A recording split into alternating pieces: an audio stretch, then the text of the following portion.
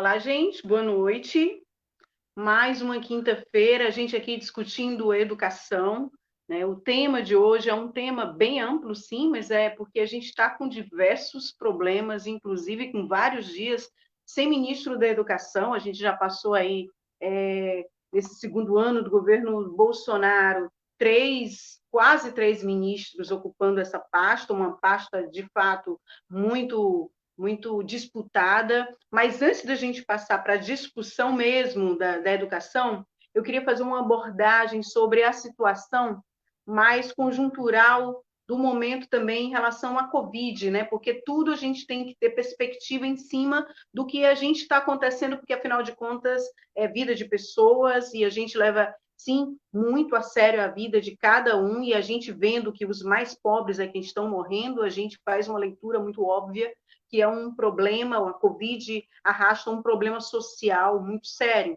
né? E aí a gente tem hoje no Brasil 1.713.000 casos de pessoas infectadas, 68 mil mortes no Brasil. Isso é um número assustador, assustador. No Ceará, a gente tem 131 mil casos de pessoas infectadas, né? Isso oficialmente, o Covid, e 6.741 óbitos. A gente está o tempo todo olhando para essa difícil realidade para que a gente possa, inclusive, discutir temas importantes como educação. A gente vai, sim, sentir a Covid quando a gente discute claramente saúde, a gente vai sentir os problemas relacionados à Covid quando a gente discute economia, mas quando a gente discute educação, a gente tende a não relacionar, isso é um grande erro, tá? Então, é interessante a gente fazer essa relação, porque, inclusive, o que está colocado para a educação hoje no Brasil é conviver, para todos os setores, é conviver com essa dura realidade. E aí a gente queria fazer uma live assim, bem ampla, bem diversificada, ouvindo várias pessoas, várias posições no que diz respeito a diversas situações. Então, a gente convidou uma mesa bem ampla, a gente convidou o deputado estadual Renato Roseno, a gente convidou também uma gestora, a Socorro, né? A gente convidou um estudante, a Larice, e a gente convidou uma professora, a Érica Pontes, e a gente vai estar aqui discutindo dos diversos pontos de vista essa realidade que a gente vem debatendo todas as quintas-feiras. Todas as terças a gente está no Instagram, no Esquerda Online, pautando temática de mulheres, apenas com mulheres, representando aí o debate. Nas quintas-feiras, a gente tem pautado sempre educação, e aos domingos a gente tem pautado Assista Mulheres, também com pauta e filmes feministas, né, trazendo problemáticas relacionadas a nós mulheres. E aí, no sábado, agora, esse próximo sábado, dia 11, a gente vai ter uma plenária, a primeira plenária da pré-campanha, a Ana Carina Pessol, né, pela vereança aí de Fortaleza. A gente quer, sim, garantir uma professora socialista e feminista aí do PSOL na Câmara de Vereadores. Está passando da hora da gente ocupar esses espaços, que é um espaço muito hostil e ocupado por muitos homens, né? Então, por todas nós vamos estar fazendo essa plenária, e aí quem quiser participar, ser um apoiador, entra no privado, aí no bate-papo, e aí a gente pode passar o link depois. Então, apresentando esses informes, a gente vai agora para o nosso debate sobre educação, né? A gente sabe que o governo Bolsonaro tem um projeto de destruição da educação, inclusive quando coloca na frente dos ministérios, como foi com Félix Rodrigues, como foi com Weintraub, que saiu fugido, né? Saiu fugido do país, depois de fazer muita coisa que não presta, na pasta do MEC, e a gente quase teve um terceiro ministro que também, devido a coisas muito ruins, né, inclusive plágios de trabalhos acadêmicos, acabou não assumindo a pasta. Então, a gente está vivendo essa realidade de sucateamento na pesquisa, nas universidades, nas escolas, e diante dessa política de destruição da educação, a gente está também no meio de uma pandemia, e aí a gente queria fazer uma abordagem, primeiro, uma abordagem mais nacionalizada do ponto de vista dos ataques em relação ao governo Bolsonaro. Tem muitos ataques aí em vista, tem a ausência da aprovação do Fundeb, que agora, né, chega o prazo final. Tem a questão dos prefeitos se movimentando para mexer no piso dos professores, tirando a responsabilidade dos 25% aí de repasse para a educação. Enfim, são séries de ataques que estão sendo colocados e que compromete as escolas, compromete o dia a dia na educação, durante a pandemia e pós-pandemia também. Aí a gente trouxe o Renato para fazer essa abordagem. O Renato ele vai ficar com a gente pouco tempo. O Renato tem já uma nova live com o Boulos. Eu também quero assistir essa live daqui a pouquinho. E aí eu vou passar agora para o companheiro Renato Roseno, nosso deputado, também nosso pré-candidato a prefeito. Prefeito, agora é com você aí. Depois a gente passa para os próximos convidados. Boa noite. Oi, gente. Boa noite, professora Ana Karina. Boa noite, professora Socorro, professora Érica, Clarice. Eu queria abraçar todas e todos aqui que estão. Eu já estou vendo aqui vários educadores e educadoras aqui nos comentários, né? Professora Rebeca, professor Bodião, professor Joécio, professora Adriana, né? Natanael. Então, eu queria aqui, primeiro, agradecer a possibilidade da gente fazer mais uma vez esse debate, né? A professora Ana Karina tem aí dedicado uma energia importante para a coesão de uma massa crítica na cidade, né, a partir desse olhar, que é um olhar a um só tempo feminista e engajado nos temas da militância do direito à educação. Então, acho que o desenvolvimento, né, dessa reflexão crítica ela é sobretudo importante. Bem, em 7 minutos, salvo engano, que é o que, né, para a gente dar esse pontapé, eu queria enfrentar 3 questões. Eu queria enfrentar a questão do financiamento global, das políticas sociais, enfrentar aí, a partir desse primeiro momento, né, o teto de gastos, o problema do Fundeb atual e da ausência de Fundeb, né, e o ataque ao piso nacional. Eu queria muito, en passant, tocar um pouquinho, né, na disputa em torno do projeto político-pedagógico que está sendo implementado, sobretudo a partir do governo Bolsonaro, mas não só, né, há toda uma lógica de empresariamento da educação. O professor Bodião está aqui nos assistindo, ele há de concordar comigo, né, que talvez o grande desafio da educação brasileira seja mantê-la pública, né, tanto na sua gestão como na sua concepção para a sociedade. E queria terminar um pouco falando, né, desses desafios, em especial, né, do Enem e da retomada, né, de como é que vai acontecer, né, a educação daqui por diante, até porque está uma disputa também, né?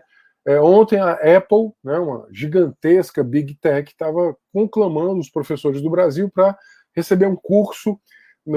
A Apple está fazendo a sua semana da educação remota, ensinando os professores a como dar aula remota. Então, eu queria, em 7 minutos, abranger isso. Obviamente, eu vou me deter mais na primeira questão. Vamos lá. O Brasil, se você pega todas as políticas sociais, todas as políticas sociais, saneamento, cultura, moradia, né, saúde, educação, o gasto social federal de todas as políticas sociais não é superior a 15% do PIB. Esse dado, para mim, é essencial. Nós gastamos muito pouco dinheiro da economia a partir da União Federal com a política social. Então, eu parto desse pressuposto, não dá para pensar em educação. Veja, hoje, né, a gente estava pensando a nossa luta pelas condições sanitárias nas escolas, né, porque enquanto tem gente já pensando no retorno, a gente sabe que tem escola que não tem água. Né, tem 200 e poucas escolas que no censo do INEP de 2017, a professora Socorro, né, conhece isso também, anotaram no censo do INEP, no censo escolar, que não tinham água. Né? Tem 65 que não tem algum item de saneamento. Né? Então, isso para nós é muito importante. Né? Não dá para pensar em educação descolada das outras políticas sociais. Portanto, nós temos um grave problema de desfinanciamento ou subfinanciamento. Hoje, o principal, digamos, mecanismo de financiamento é o Fundeb, que ele não é propriamente dinheiro novo, mas é a reorganização do dinheiro já existente. Isso dá 150 bi, né, ao ano. Esses 150 bilhões, 15 são, sobretudo, dos estados e municípios, a União entra com 15. Isso é pouco. Isso é pouco dinheiro. A nossa luta histórica tem sido botar mais dinheiro da União, como eu falei, a União gasta 15% do PIB com gasto social, nós temos que botar mais dinheiro da União. Para isso, nós temos que ter um novo Fundeb. Anteontem, né, um fantasma, um esqueleto, uma ameaça de muito tempo voltou a se apresentar no Congresso Nacional. O que era isso? Há muito tempo, a Confederação Nacional de Municípios e a Frente Nacional de Prefeitos têm dito que não consegue pagar o piso. Né? O piso hoje, o piso nacional do magistério, 2.800 e alguma coisinha, ou seja, menos que 3 salários mínimos, né? Na prática, por uma grande quantidade dos 5.575 municípios brasileiros, o piso vira teto. Tem muito município que não paga o piso, e quem paga o piso vira teto. E agora, com a pandemia ela vira uma certa varinha negativa, né? Porque ela acaba, né, sendo utilizada como argumento para uma série de medidas que são medidas antipovo, antidireito. Então, além de não ter um Fundeb, nós não temos uma garantia de ampliação do financiamento, né, para a manutenção do piso. Terceiro, nós não temos ministro, né? Porque, na verdade, nós tínhamos um antiministro, né? Um antiministro da educação. Ou seja, tanto o Vélez como o Weintraub, eles tinham um projeto. O projeto deles era colonizar ideologicamente a educação brasileira a partir de pressupostos que são pressupostos, né, extremamente conservadores, acríticos, né, anestesiantes, no sentido de criar uma domesticação, digamos assim, né, dos filhos da classe trabalhadora para a aceitação da injustiça. A lógica é sobretudo essa. Né, sobretudo essa. Porque, veja, isso eu aprendi inclusive com o Bodião, o papel da escola pública, né, nessa era do neoliberalismo não é nem mais produzir a administração da força de trabalho, porque nós sabemos que não há postos de trabalho para todos, mas sobretudo, organizar o cotidiano dos filhos da classe trabalhadora. Eles querem uma escola pública para isso, não é uma escola pública sequer para adentrar ao mercado de trabalho, porque eles sabem que não vão ter postos de trabalho para todos. É por isso que a métrica deles passa a ser sempre a métrica da meritocracia, do funil muito apertado, né? Por isso que para eles o IDEB, Prova Brasil, mas na sequência o Enem, são as medidas de avaliação, né? Eles não pensam, obviamente, um outro projeto pedagógico. Nós estamos numa crise civilizatória. Os caras estão preocupados em fazer o Enem em janeiro. Por quê? Porque para eles não pensam a possibilidade de, inclusive, alterar, né, o currículo. Por quê? Porque, veja, enquanto tem outros países que estão pensando, né, a pandemia do ponto de vista da crise civilizatória, da crise ambiental, a ampliação dos anos de escolarização, a França acabou de aprovar agora 2 anos a mais de escolarização da educação básica para essa geração, eles estão pensando o seguinte, como é que eles vão simplesmente produzir, né, mais indicadores. Eu acho que essa é a questão que se coloca centralmente. E terceiro, eu não sei quanto tempo eu tenho, eu quero dizer que da necessidade da gente pensar nesse cenário da educação pós-pandemia. As escolas que nós tínhamos já não eram escolas que atendiam, digamos assim, o maior rigor sanitário e de segurança aos seus trabalhadores e aos seus estudantes. Muitas escolas eram tristes, né? Muitos professores e alunos eram tristes. A professora Socorro vai falar disso, a professora Érica, a Larissa, a própria Ana. Veja, eu visitei pelo menos 120 escolas no último período, eu sempre digo isso, assim, por que tanta tristeza? Né? Porque, dentre outras coisas, era um projeto triste, era um projeto de afetos tristes. Né? E que, obviamente, agora você tem um aumento, inclusive, da depressão, um aumento da violência, ou um aumento da violência doméstica.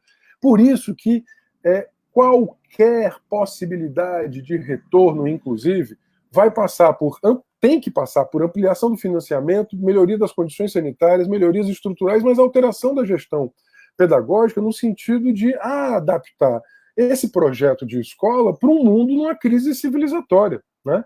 Eu acho que essa é a questão que está colocada para nós na atualidade. E aí eu deixaria 3 ou 4 digamos, bandeiras. Então, a primeira bandeira, sem dúvida alguma, é o fora Bolsonaro. Né? Assim, para mim, me parece que esse é o arcabouço geral. A gente não pode pensar a política da educação distante do restante das demais políticas sociais, né? Ou seja, como vocês sabem, eu sou servidor público federal, sou da carreira de gestão de políticas sociais, tem uma coisa que a gente aprende desde cedo, a tríplice crise da política social. Eu estou falando rápido assim porque o tempo está acabando. A crise do financiamento, já toquei nisso, a crise da incapacidade de entrega, porque não tem financiamento, não tem funções docentes né, que deem conta de todas as tarefas, eu preciso de melhores equipamentos, eu preciso portanto, de mais financiamento para mais entrega. Eu preciso de mais legitimidade, ou seja, uma sociedade que abrace mais. Então, veja, o Fora Bolsonaro ele se inscreve, né, no enfrentamento a essa tríplice crise. A segunda bandeira é, obviamente, né, a bandeira da defesa da educação pública gratuita e de qualidade. Vamos lembrar que as grandes corporações, elas estão agora, Google Class, né? Ou então as corporações privadas, aqui tem 2 corporações privadas gigantescas que estão vendendo pacote tecnológico de ensino remoto à torto e à direito, sobretudo no norte e nordeste do país. Aqui, com matriz cearense, abriu agora ação na Bolsa, estão ganhando dinheiro, inclusive vendendo, né, o fetiche da tecnologia. Veja, nenhum de nós aqui, digamos, é contra, né, a tecnologia per si, né, nós não somos luditas, né, que quebravam máquinas e tal. Mas o fetiche da tecnologia não pode corroer a educação como um ato humanista, advindo do humanismo mais profundo, e a escola como um lugar em que esse humanismo ele se realiza, ele se concretiza, a escola como um lugar de proteção, de afeto, de acolhimento. Então, portanto, é muito importante fazer esse enfrentamento. O terceiro é o Fundeb, absolutamente necessário, né? Eu vi aqui o deputado Edilvan, que também está aqui nos comentários, eu vi, é absolutamente importante o novo Fundeb. As bancadas federais, temos que pressionar os movimentos sociais, temos que pressionar, né, todo mundo, a votação de novo Fundeb para botar mais dinheiro da União na educação. Com isso, a defesa do piso. Acho muito, muito importante essa defesa do piso. Bom, quarto e último, acho que é fundamental que nós não naturalizemos, né, o retorno à atividade escolar sem que isso seja pactuado com a juventude estudantil, com os pais, mães, né, com a comunidade escolar, com os trabalhadores docentes, técnico-administrativos. Né? Então, deu os meus 10 minutos, eu quero dizer, nós temos que repactuar a nossa defesa da educação pública, sobretudo como uma possibilidade para o enfrentamento à desigualdade, da crise civilizatória, mas condição para a democracia. Não haverá democracia sem um projeto de escola pública, né, que se inscreva nesta democracia. Não haverá escola pública para todos democrática sem que a democracia seja ela própria um projeto societário. O que está em jogo agora, nessa crise civilizatória, é o nosso próprio pacto sociopolítico. Obrigado, Ana. Bom, eu que agradeço demais a sua participação, a sua disponibilidade de sempre estar aqui discutindo uma pauta muito importante para todas nós, e nós que fazemos educação, então, mais ainda. Bom, quero agradecer aqui a participação das pessoas que estão nos assistindo, tá? Agora, nesse momento, daqui a pouquinho o Renato vai sair, mas se a gente conseguir ouvir todas as falas, que a gente também vem tentando colocar o que o Renato... posso ficar aqui mais 1 hora. Eu vou abrir outra janela aqui, quando o bolo chamar, eu pulo de um equipamento para o outro, mas eu fico aqui até o limite do limite, eu quero ouvir todo mundo. É um polivalente, mas olha só, olha só, gente, a gente vem tentando trazer essa pauta da educação exatamente com mães, com estudantes, com professores, com o deputado, com gestores também, então a gente tem recebido aqui vários gestores aqui de luta, e que em muitos momentos a gente parece que está de lados opostos, mas é muito importante ter esses gestores que são democráticos, que abrem diálogo na escola, né, que não, enfim, que não cumprem um papel ruim para nós diante desse adoecimento, inclusive, que coloca o Renato. E a gente tem trazido esses gestores para cá para estar debatendo nesse momento tão importante para nós, né, que está colocado em xeque muitas coisas nesse governo Bolsonaro, inclusive no que diz respeito à vida das pessoas. A gente está conseguindo observar uma piora de vida de quem está sobrevivendo nesse governo, mas muitas mortes, e as mortes chegam exatamente aos mais pobres, né? Bolsonaro até pode fingir, dizer que está com Covid, mas a gente sabe que a realidade dele é bem diferente da maioria da população brasileira, e não vai estar entrando numa fila de um SUS para ser atendido, ou tentar aí alguma coisa para que possa sobreviver com essa Covid. A maioria da classe trabalhadora, infelizmente, vem padecendo, sim, e os dados são assustadores, e é essa preocupação que a gente tem, porque a maioria da juventude, a grande maioria da juventude, é a juventude que tem acesso à educação pública, né? Então, a educação pública, ela chega na maioria das pessoas, e são espaços de aglomeração. E é nesse momento de Covid que a gente não pode estar se aglomerando, e aí vem várias discussões também sobre as situações sanitárias nas escolas, levando em consideração também uma realidade que a gente tinha antes da pandemia, de muita precarização em algumas escolas, como o Renato colocou, que nem tem água encanada, né? Algumas escolas faltam banheiro, sim. Então, nós temos um Fundeb, tínhamos, né, um Fundeb, e a gente quer aprovar um Fundeb bem melhor, mas não é isso que o governo Bolsonaro tem em vista. Muito pelo contrário, inclusive o Paulo Guedes ameaça colocar a mão no dinheiro do Fundeb com outros fins. Isso nos preocupa bastante.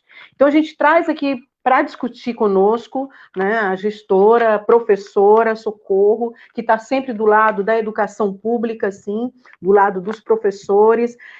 Socorro, muito obrigada por ter aceito esse convite. E aí eu queria apresentar o seguinte: existe um comitê consultivo criado pela SEDUC para discutir esse retorno às aulas, e ontem a Defensoria Pública defendeu o retorno das escolas particulares, que seria agora no dia 20 de julho, no mesmo momento das escolas públicas, que está colocado para agosto. Isso, segundo o governador Camilo Santana, porque, na verdade, ele que está com o martelo na mão, e ele que vai dizer realmente se vai ser em agosto essa data prevista.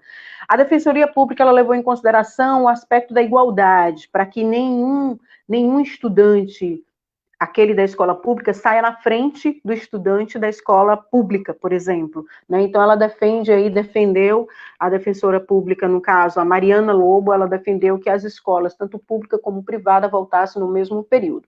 E existe uma preocupação, agora falando de categoria professor, e você incorpora muito bem as discussões dos professores. Nós estamos discutindo nos comitês nas escolas. Como é que está sendo essa discussão dos comitês nas escolas, a participação dos professores, a opinião dos professores? Você, como gestora, deve estar acompanhando também a preocupação dos pais, né, em relação a esse possível, vou colocar possível retorno para o mês de agosto. Tá? Então, fica bem à vontade, eu gostaria de que você pudesse falar um pouquinho dessa formação aí desses comitês nas escolas, que está contando com a participação aí de professores, de pais, e eu acredito também que seria muito interessante que a gente pudesse ouvir o que está sendo discutido e debatido para esse possível retorno agora em agosto. Ok.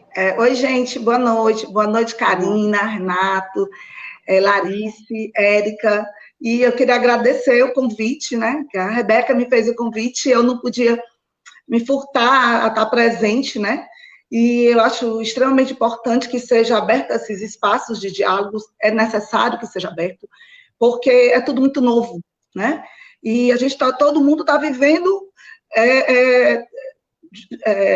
junto à mesma catástrofe, né? Que a gente não sabe muito bem como conduzir, e a gente vai, de alguma forma, se apoiando no outro, na fala do outro. E eu fiquei muito contente, né, de ver que outras pessoas, embora eu também esteja muito inserida em outros espaços, sei que está sendo discutido e que a gente está acompanhando, mas eu acho que uma das coisas mais importantes é fazer a sociedade participar dessa discussão. O Renato falou muito bem sobre isso, né?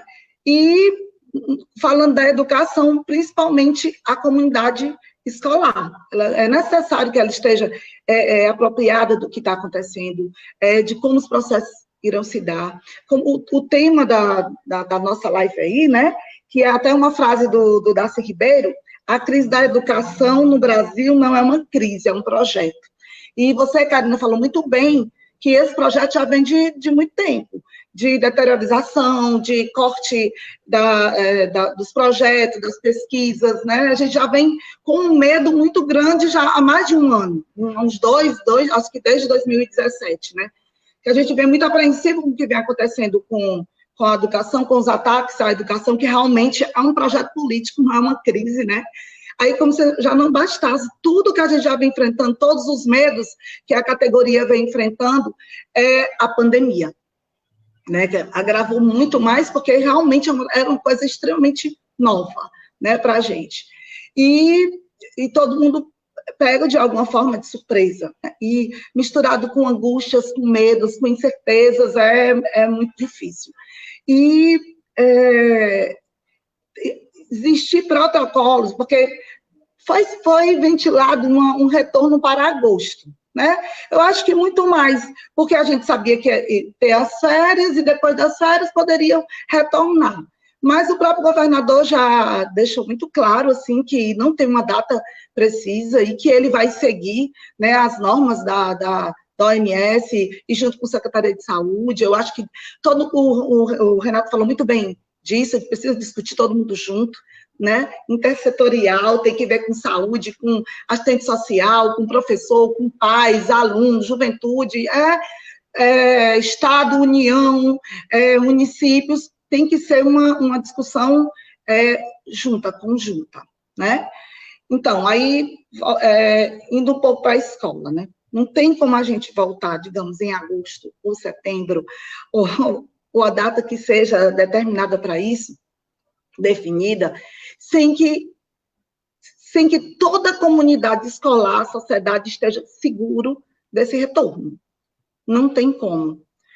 Porque, além da gente ter muitos profissionais da área de educação, fazendo parte do grupo de risco, né? Mesmo aquelas pessoas que não fazem parte do grupo de risco, elas não vão retornar para a escola segura. Precisa que haja essa segurança, né? Precisa que esse protocolo, e é uma coisa também que eu gostaria de falar, eu acho que com relação a protocolos, eu acho que a gente está bem fomentado. O Renato tem um projeto de lei, né, que traz lá os protocolos, o Gilvan, o deputado Gilvan também que está nos assistindo, também tem um projeto, né, de lei que já foi votado de forma emergencial, que traz esses protocolos, né, de higiene, de saúde. O que nos aflige mais é como a gente vai pôr isso em prática, e por mais gente que a gente pense assim, nós não temos que estar preocupados agora com o retorno, né? A gente tem que estar preocupado com o protocolo, concordo. Primeiro, a gente tem que dar conta do protocolo. Se ele está ok, se ele é pertinente, e aí sim, depois que ele estiver ok, mas é preciso que ele venha primeiro, né? Que tenha o protocolo primeiro.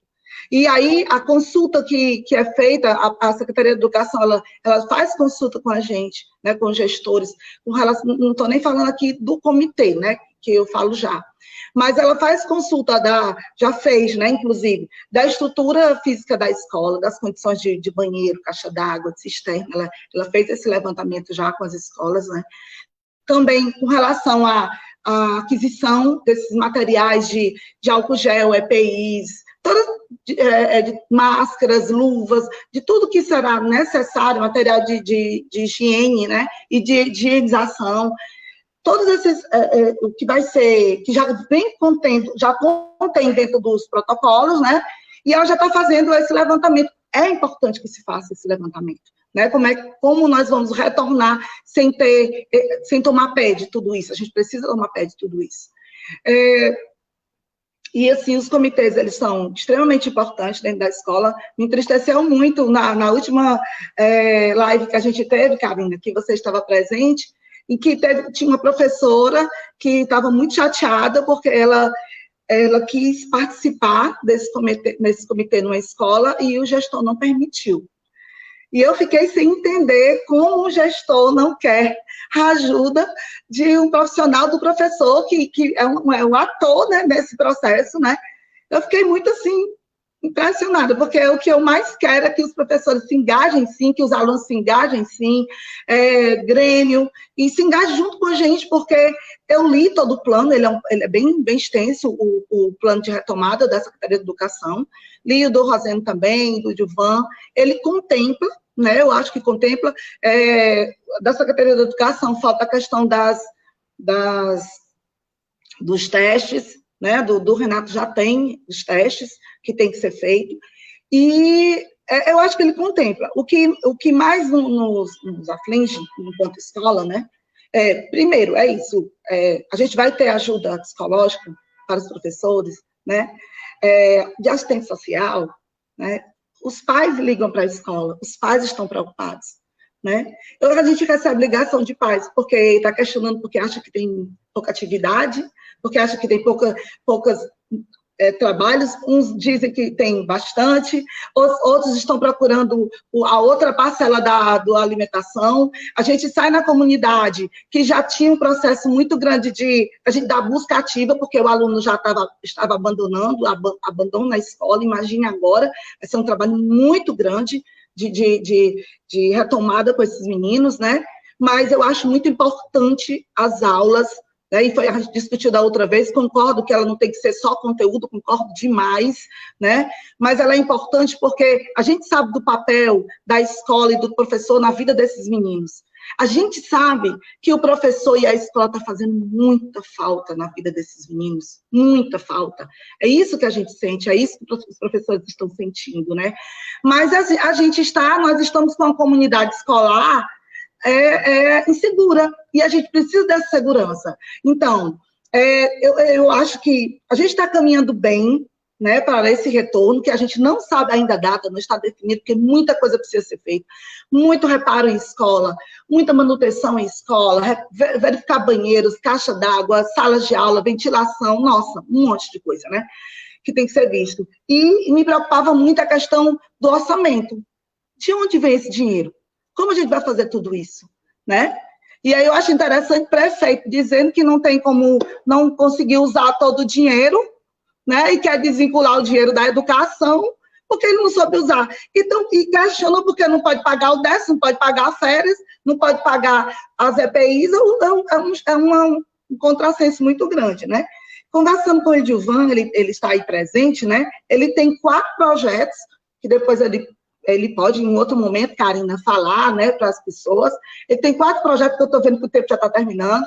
Esses 4 projetos, ele aponta a fonte, né, orçamentária, de onde a gente pode tirar dinheiro para pagar os 13º, as férias, para comprar esses equipamentos, dinheiro do FUSH, que vai servir para comprar computadores e dar acesso à internet, né, para os alunos e professores, que o professor também está passando por muita dificuldade. Tá? Então, acho que é isso, diante da fala já da Karina e do Rosendo, é isso que se apresenta para a gente nesses próximos dias aí. Que bom que a gente está discutindo, que a gente vai poder participar. Eu queria ver mais gente participando.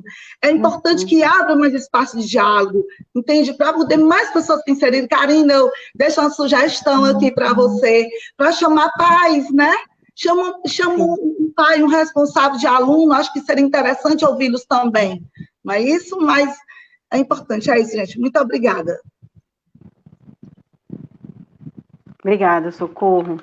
Nós tivemos na quinta-feira da semana passada, uma mãe, mas eu acho que a gente precisa trazer mais e mais mães, sim, para esses debates. Eles têm muito, muito a contribuir, afinal de contas. Tem opiniões diferentes também, precisa ser ouvido todos, né? Todos eles. A gente, inclusive, teve também debate já aproveitando aí, dar um oi aí para o Otacílio, que está nos assistindo, né? Pessoa que eu adoro muito. Temos também a Zeusa, a Elissânia, a Adriana está assistindo, Valderli, a Anitta, que mais? O deputado Edilvan, se eu soubesse que ele tinha tempo aí na agenda, Vou, né, dar uma cutucada aí no Edilvan já para a gente ver como é que faz aqui. Olha só, eu vou pegar aqui uma citação da Elissânia, para não me estender muito, que eu achei muito interessante, que ela, várias colocações são muito importantes, mas ela coloca o seguinte: precisamos pensar a situação das escolas nessa retomada, colocar o dedo na ferida do aluguel dos prédios em muitas escolas, as desigualdades no acesso à tecnologia. Precisamos pensar outras práticas pedagógicas. Teve uma coisa interessante que me chamou aqui a atenção no que a Elissânia coloca sobre a desigualdade no acesso à tecnologia.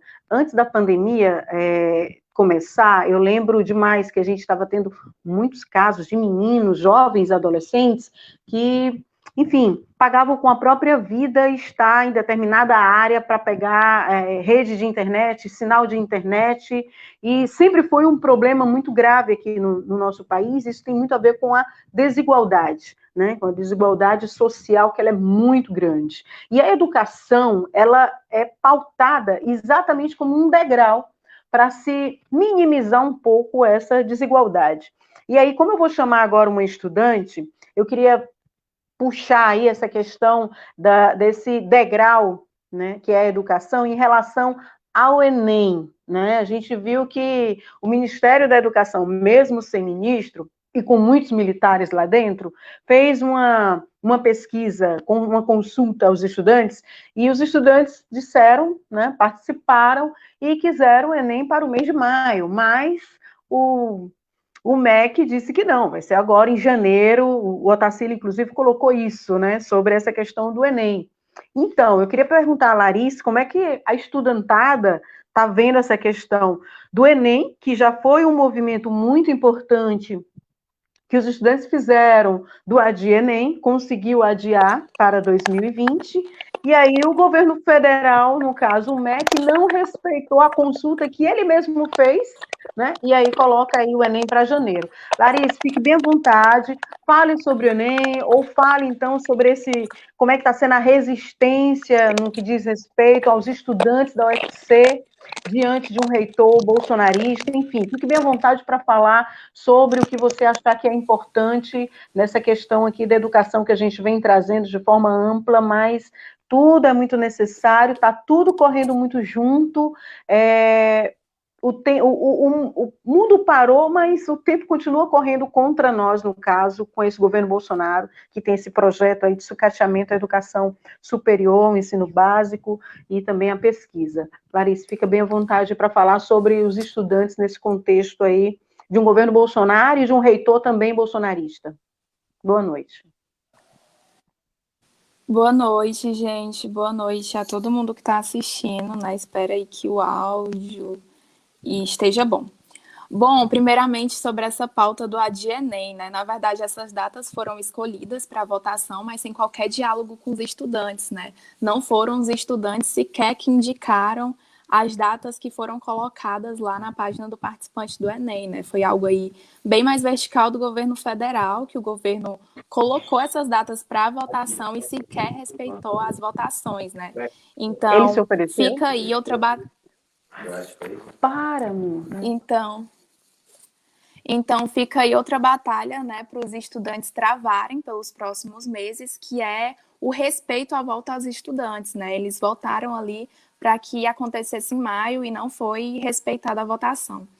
Bom, gente, para iniciar, né, a minha fala, eu tinha pensado em trazer alguns elementos conjunturais para a gente partir depois, num segundo momento, sobre as universidades, né, como está aí a situação das universidades federais no Brasil.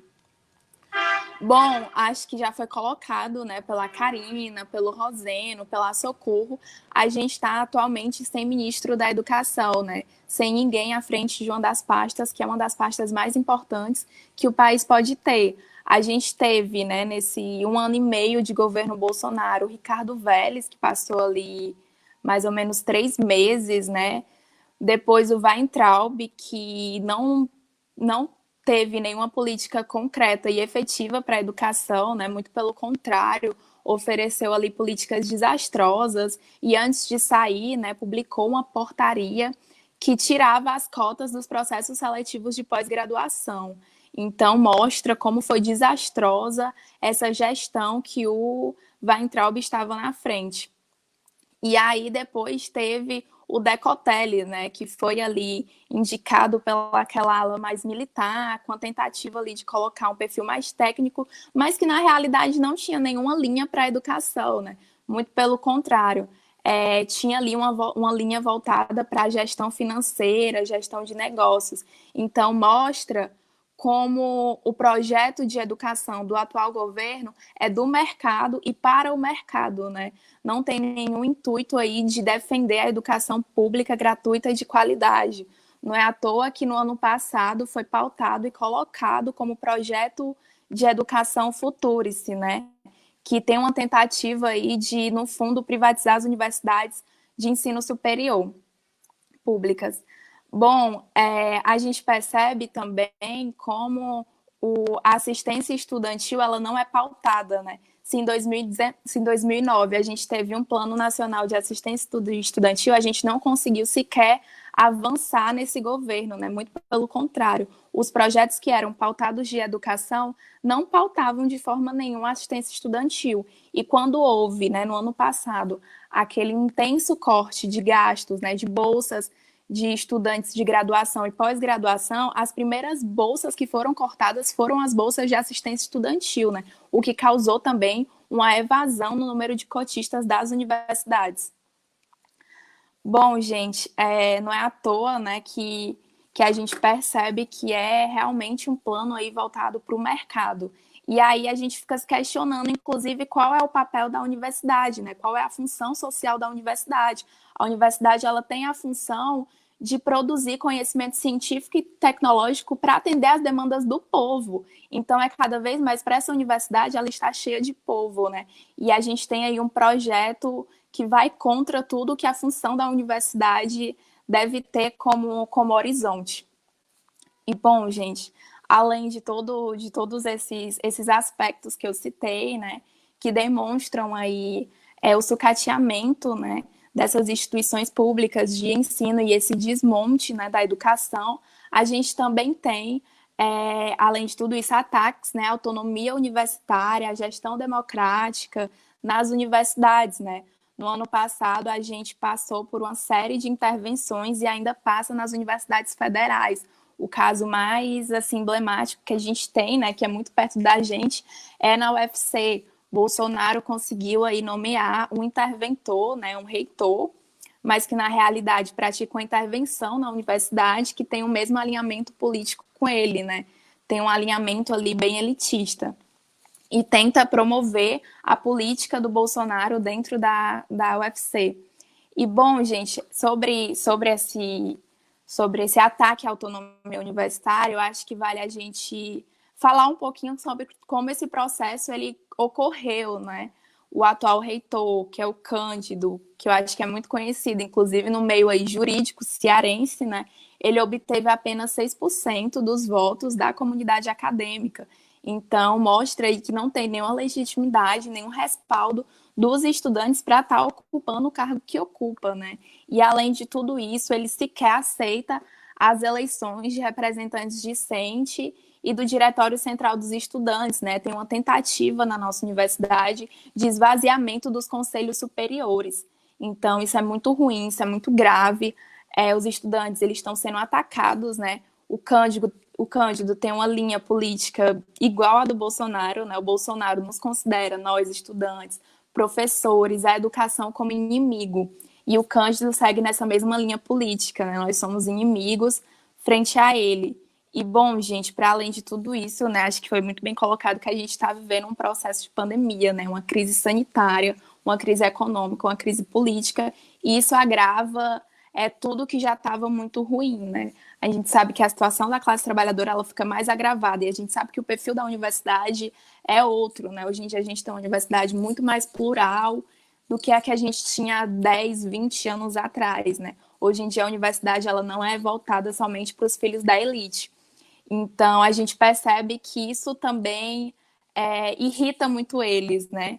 E atualmente, né, foi passado, na semana passada, um plano de ensino político emergencial, um plano pedagógico emergencial, né, na UFC, que volta às atividades remotas, né?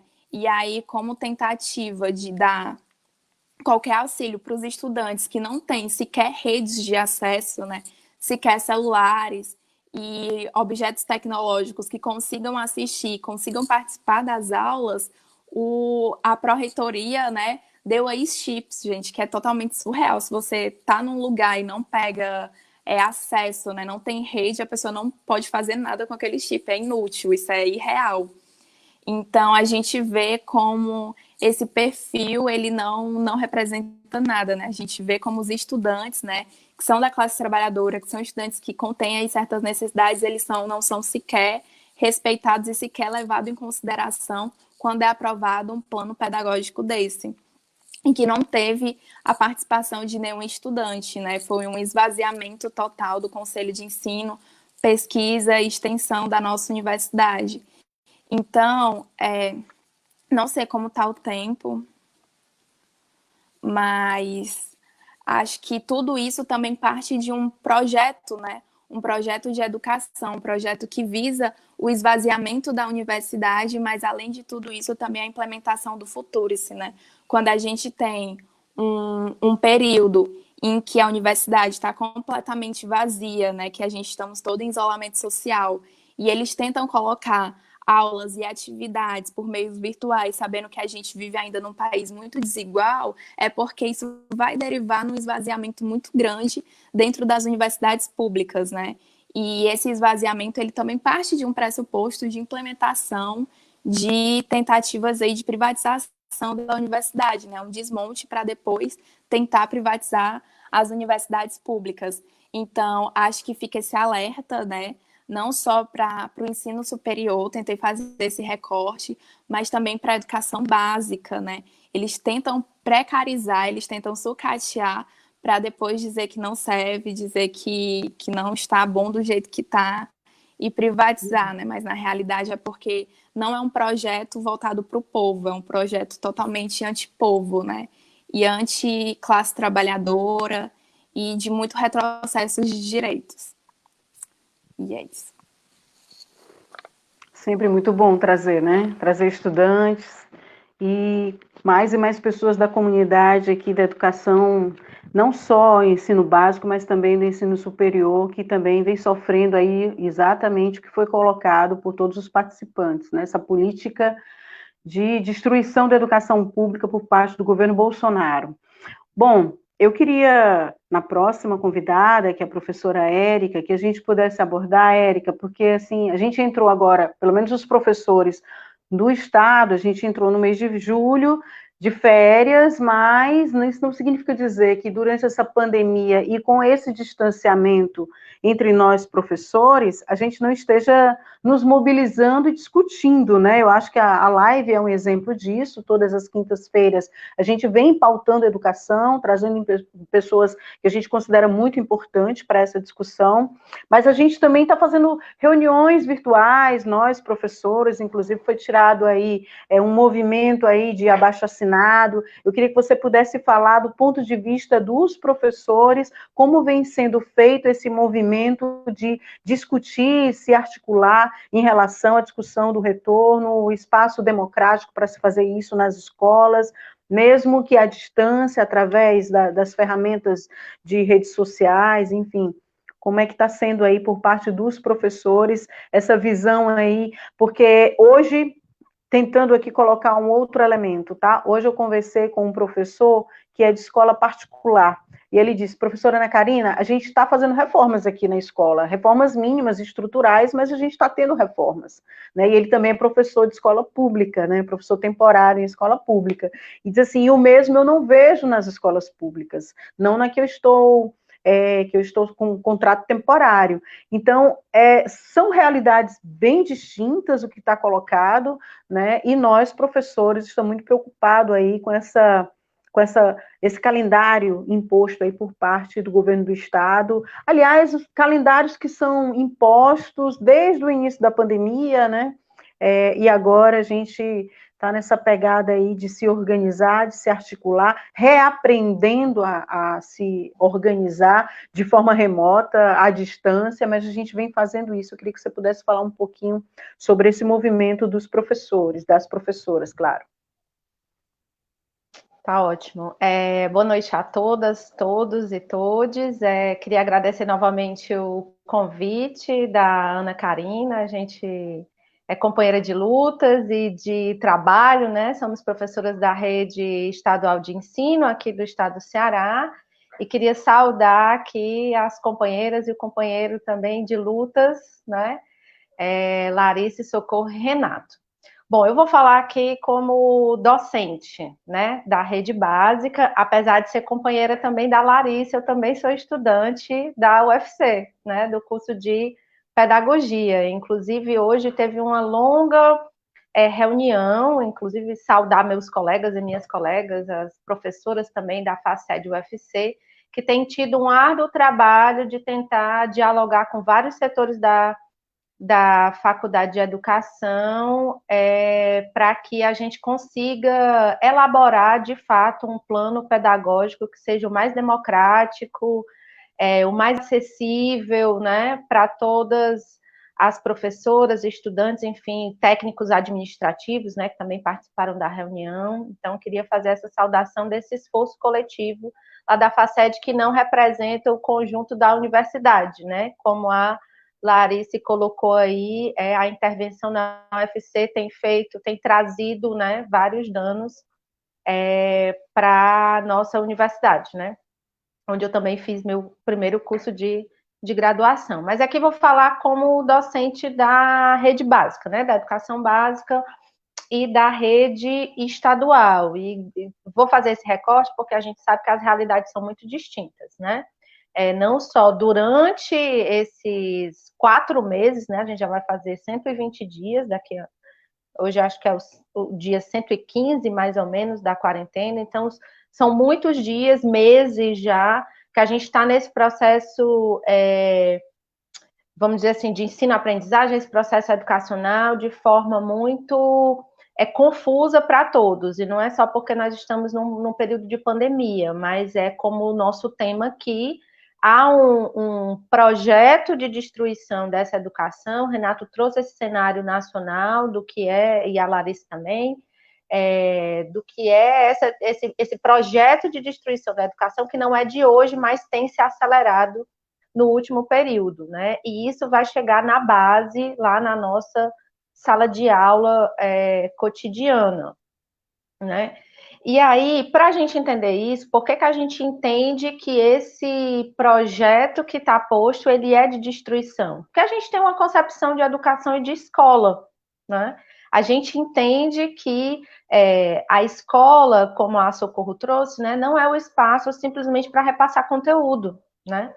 A escola é o espaço de acolhimento pessoal, de socialização, de desenvolvimento, né, não só cognitivo, mas inclusive de difusão do conhecimento científico, né, de defesa da ciência. Então, a escola, inclusive, se já de proteção, né, a escola é um ente que faz parte da rede de proteção de crianças e adolescentes. Então, se a escola ela já era esse espaço privilegiado de socialização, de construção do saber, com as suas portas físicas fechadas, aí é que você tem a noção do quanto faltava, né, para que, de fato, essa educação ela fosse, na nossa concepção, uma educação dialógica, libertadora, laica, diversa, plural, né, pública e de qualidade. Então, a gente já tem um histórico de lutas em defesa de tudo isso que eu acabei de mencionar. E durante a pandemia, foram jogados holofotes em todas as deficiências da educação e de outros setores também, né, de todas as desigualdades sociais que essa crise sanitária e a crise financeira vieram nos mostrar. Então, essa defesa da escola com essas características que eu mencionei, né, dialógica, libertadora, etc., faz com que a gente enxergue que o projeto que está posto, ele é realmente de destruição, né?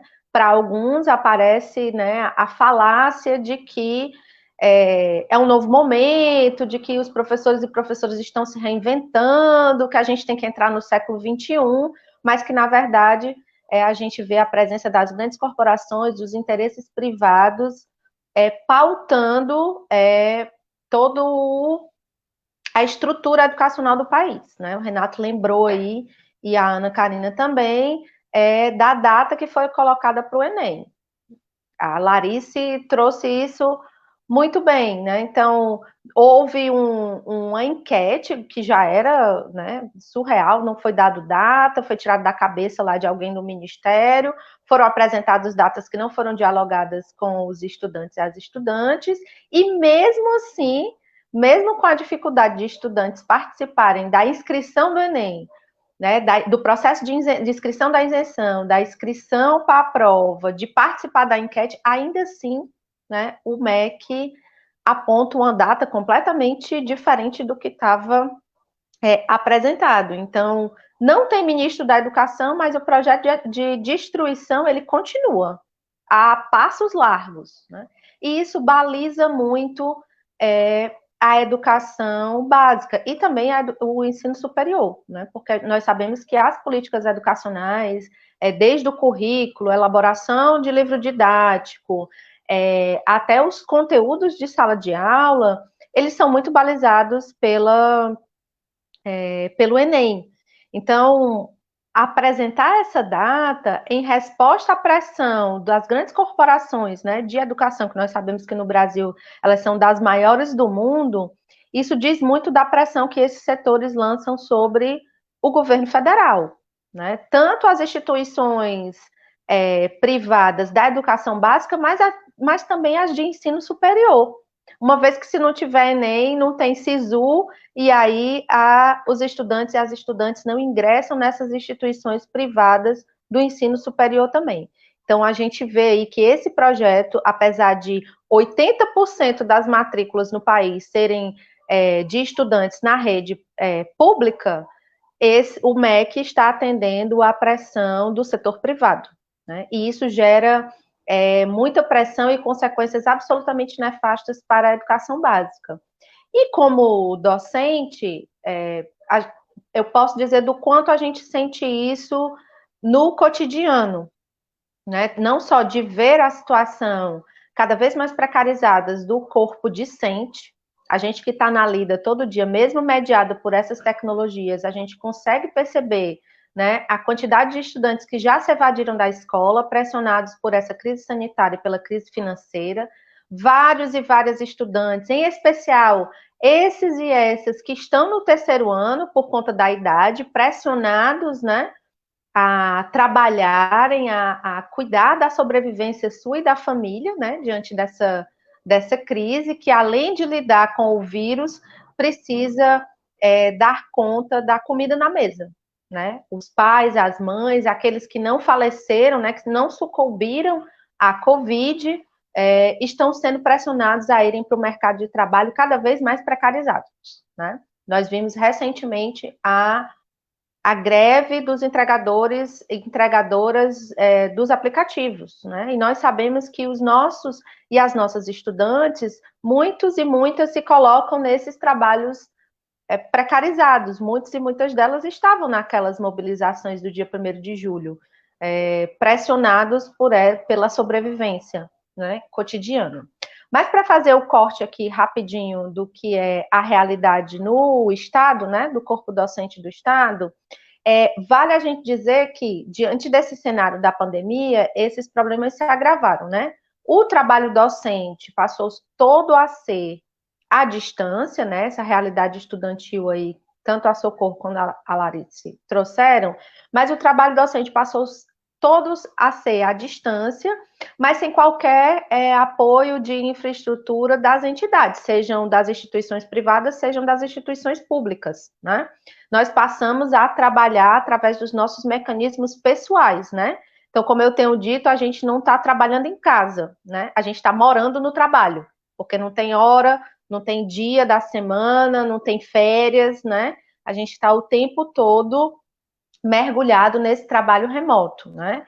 A carga horária de trabalho aumentou, o atendimento, o replanejamento, né, esse reinventar que todo mundo está querendo usar agora, a gente está tendo que fazer, sabendo ou não, e queria chamar a atenção, inclusive, para os companheiros e as companheiras das escolas privadas, que estão sofrendo, né, ainda mais com essa situação, inclusive por conta das demissões, redução de salário, de carga horária e do grande assédio moral que esses companheiros e essas companheiras têm enfrentado nesse momento de pandemia, que as escolas estão querendo dar conta, né, das mensalidades, estão exigindo dos seus docentes e das suas docentes uma atividade tal qual era o presencial, que isso sobrecarrega por demais, em especial as companheiras professoras, que numa sociedade machista como a nossa, é atribuída a nós, né, mulheres, a sobrecarga do trabalho doméstico e do cuidado das pessoas doentes, das pessoas idosas.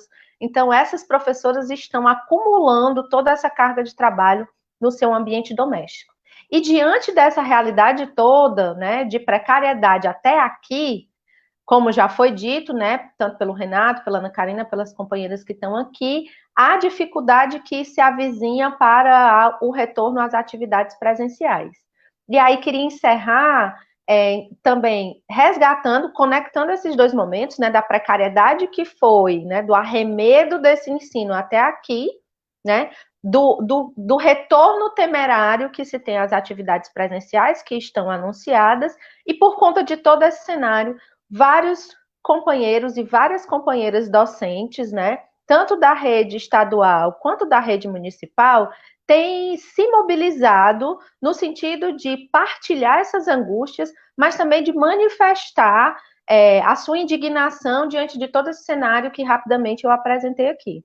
Então, nós fizemos conversas e reuniões, uma espécie de plenária, né, com vários companheiros e companheiras, né, de muitas lutas até aqui, para a gente dizer, e construímos um manifesto, né, está nas redes, nas mídias, a gente pode compartilhar aqui, né, que diz dessa nossa dificuldade, né, entendendo, inclusive, que essa dificuldade, ela se estende, talvez seja amplificada no universo estudantil, mas que nós dizemos não a essa precarização, né, diante de todos esses obstáculos e desafios que eu apresentei aqui rapidamente. Então, a categoria está viva, né? Nós estamos conversando, nós estamos dialogando, nós estamos exigindo condições de trabalho, de ensino, né? Dialogando, inclusive, com as demandas do movimento estudantil, para que, de fato, a educação, voltando para o começo de onde eu parti e para encerrar,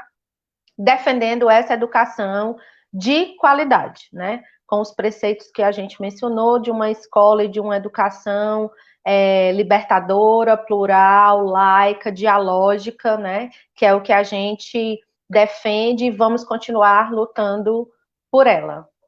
Obrigada. Obrigada, Érica. Muito importante a sua fala, a sua participação aqui nesse debate. Bom, eu não sei se eu vou repetir, eu acho que sim, algumas pessoas têm agradecer a participação de várias, né, pessoas que estão aqui nos assistindo. O Bodião teve que se ausentar, uma pena. O Bodião contribui bastante com esse debate sobre educação há um bom tempo, né, levamos muito em consideração a fala do Bodião.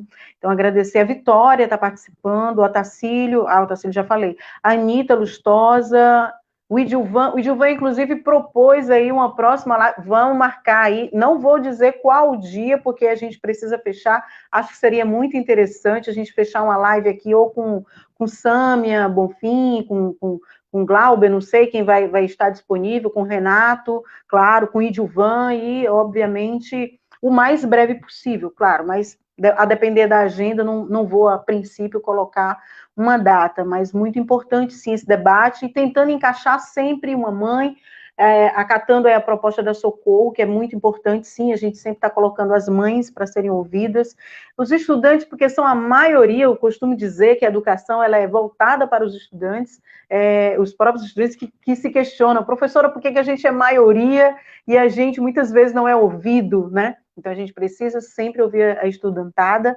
né, e sim, tentando colocar também os professores em todas as lives que a gente venha estar fazendo, né. Socorro Pereira participando, Rebeca, muito obrigado, Rebeca, o Joécio, claro, botando fogo no parquinho,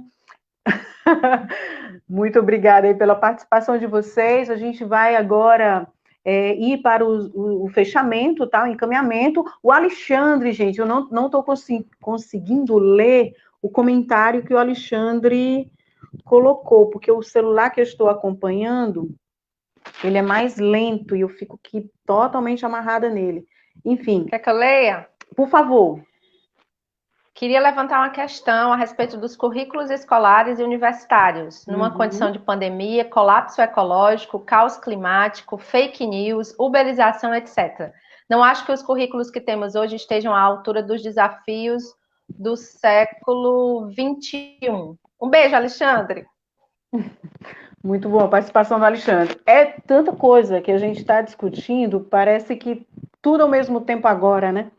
Mas é esse momento que a gente vem vivendo, que a pandemia acabou nos colocando, e não só a pandemia, né, gente? Porque a gente não tem só que combater um vírus, a gente tem que combater o outro vírus, que é o governo Bolsonaro, e que tem um projeto, sim, claro, de destruição da educação. E aí fazer um chamado, a Adriana colocou, inclusive, relembrando aqui, sobre os dias de amanhã. Amanhã é dia da gente estar chamando, sim, fora Bolsonaro, né, nas redes sociais. Daqui a pouquinho eu vou estar fazendo um vídeo sobre isso. É muito importante que a gente faça essa movimentação, né? O Bolsonaro, ele tem um projeto claro, sim, de morte, um projeto genocida, né? Um cara totalmente irresponsável, que odeia o povo.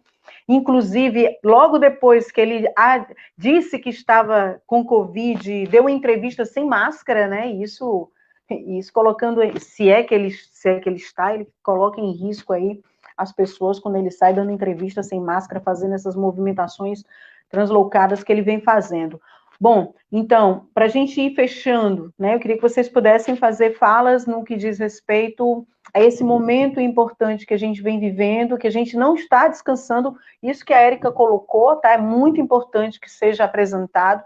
Tem muitos professores nas escolas privadas sendo demitidos, tem muitos professores também em contrato temporário que estão encerrando o contrato e nesse contexto de pandemia não estão sendo renovados, né? Então são diversas as situações, fica distante a gente enxergar condições sanitárias quando a gente vê as escolas sucateadas e sem nenhuma perspectiva de reforma sanitária para esse contexto aí que a gente vem passando. Então, queria que a gente pudesse encerrar aí com chaves de ouro, com todos se colocando. Gostaria de começar na mesma ordem, porque já está com um bom tempo que, né, o primeiro se apresentou. Então, Renato, por favor, fique à vontade.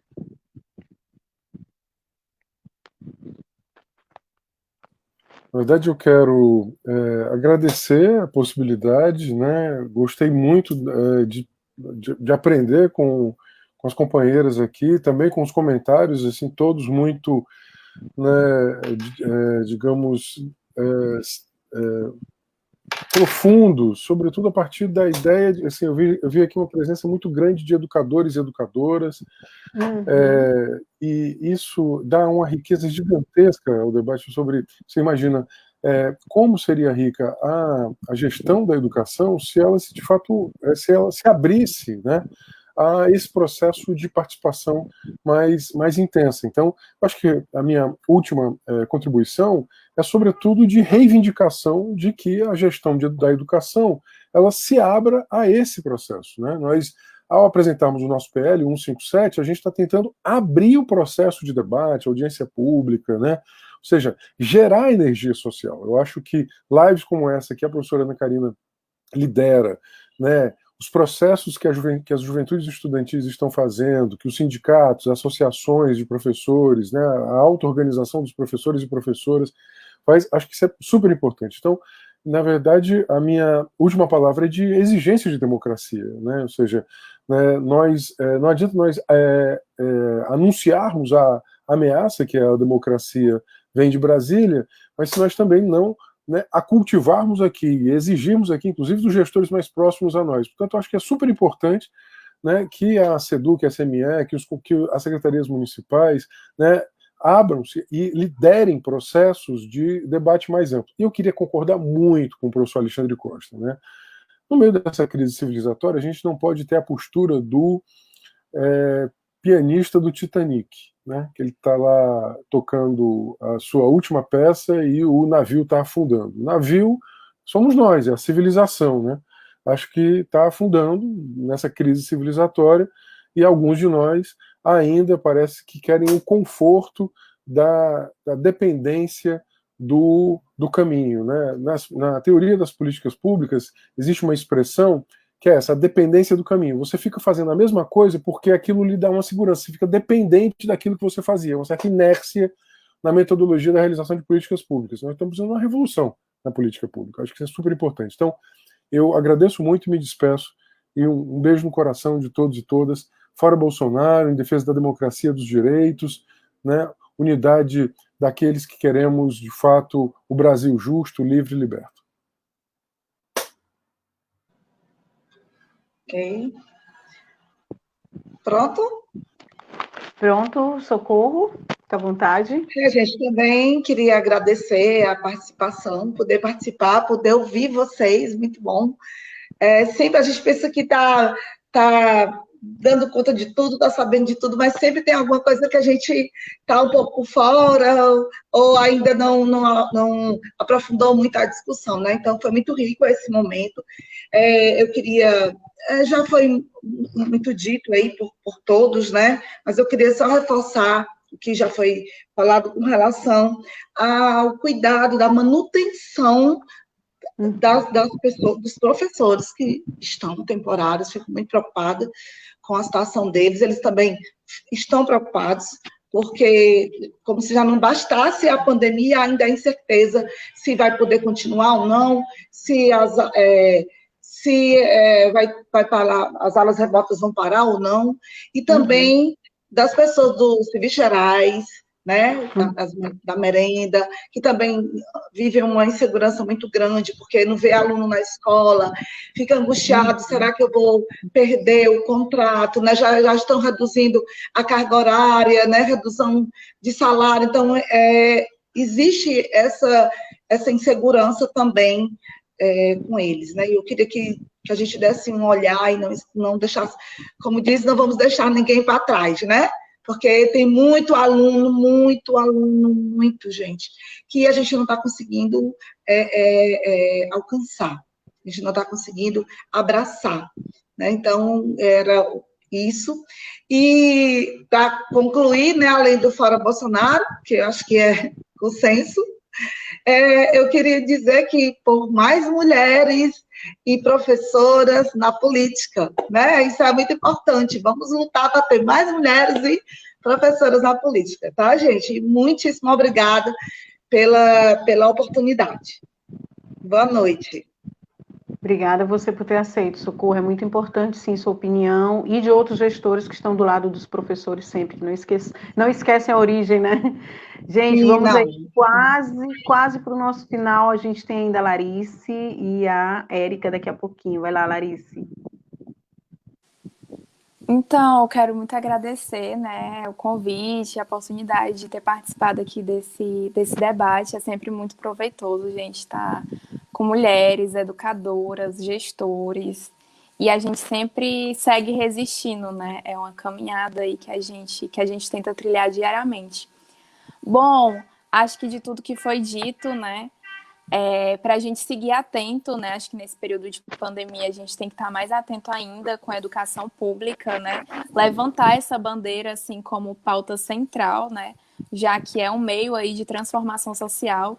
Então, que a gente siga, né? Também resistindo nas escolas, nas universidades, né? Lutando por permanência. É muito importante que esses estudantes eles tenham condições de permanência e, bom, fora Bolsonaro, né? Acho que para a gente tentar avançar em qualquer debate, assim, é central que a gente derrube aí esse governo genocida, né?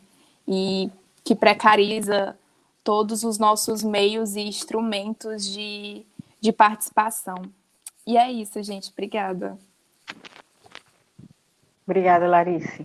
Só antes de passar para a Érica, agradecer a participação do Gerson. O Gerson eu conheci no segundo Encontro Nacional de Educação, o ENE, Em 2016, em Brasília, olha só, em 2016, a gente na pegada ainda, lutando pela educação, e aqui estamos, continuamos com essa mesma bandeira, só que de forma ainda mais aperreada, devido a essa política de extermínio e de sucateamento da educação do governo Bolsonaro.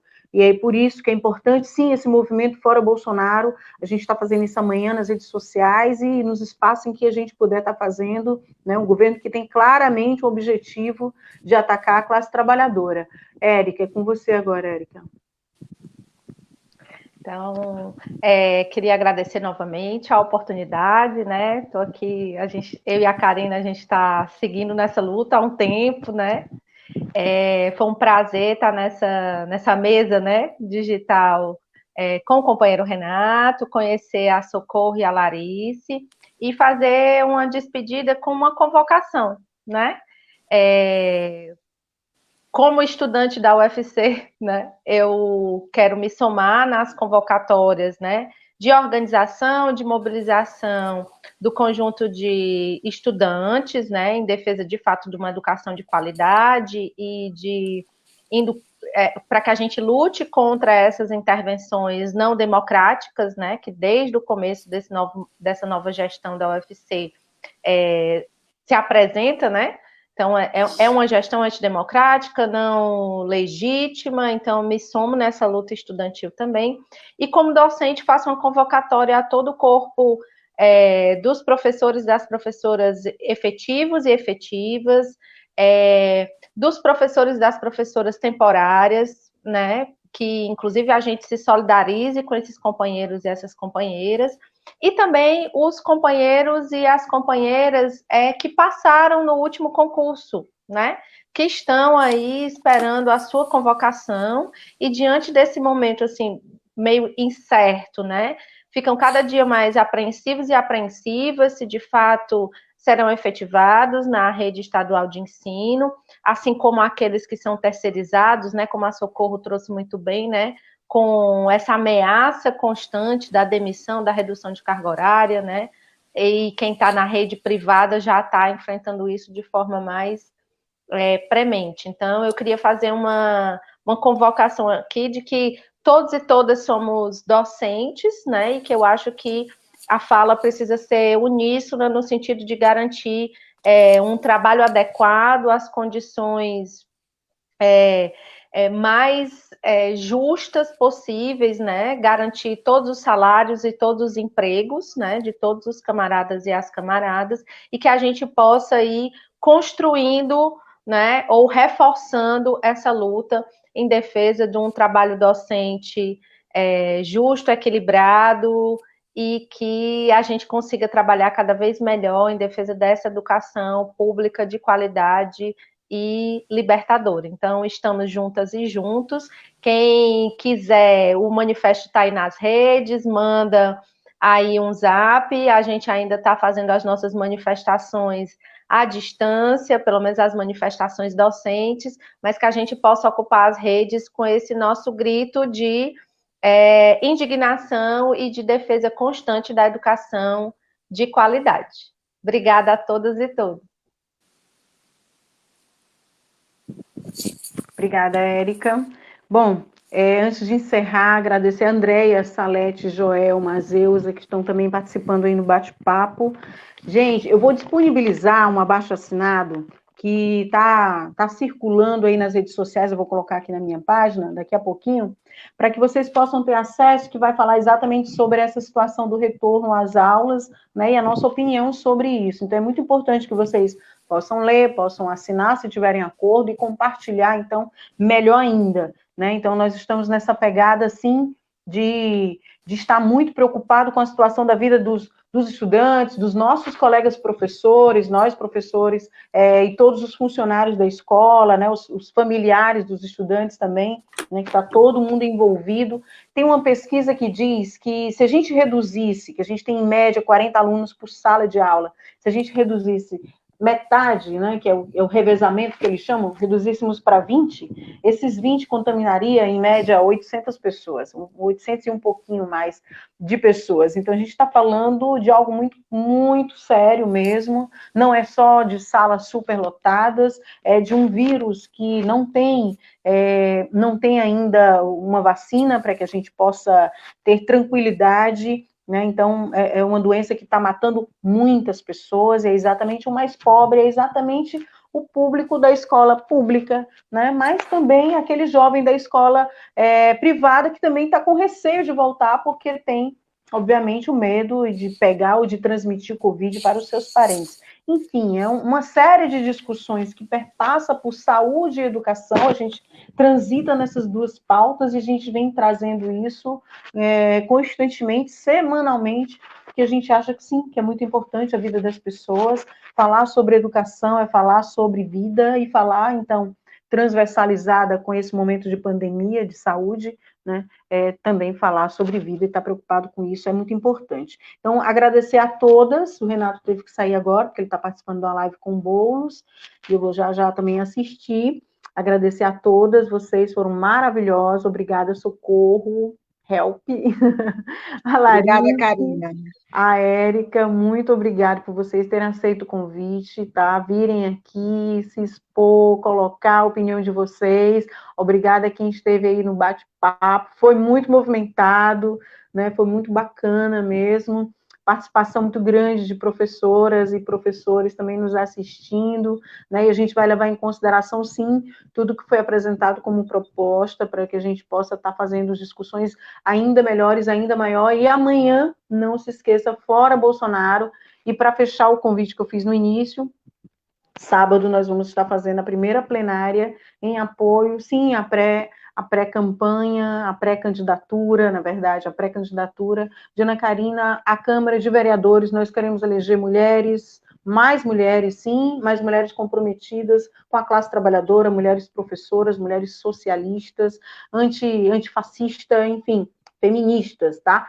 E aí a gente está chamando aí para essa primeira plenária no sábado às 4 da tarde, e aí estão todas e todos convidados. Quem quiser participar, vai no privado, no bate-papo, a gente manda o link depois.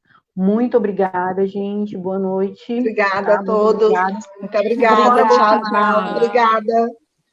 Fora Obrigada, Bolsonaro. gente. Fora.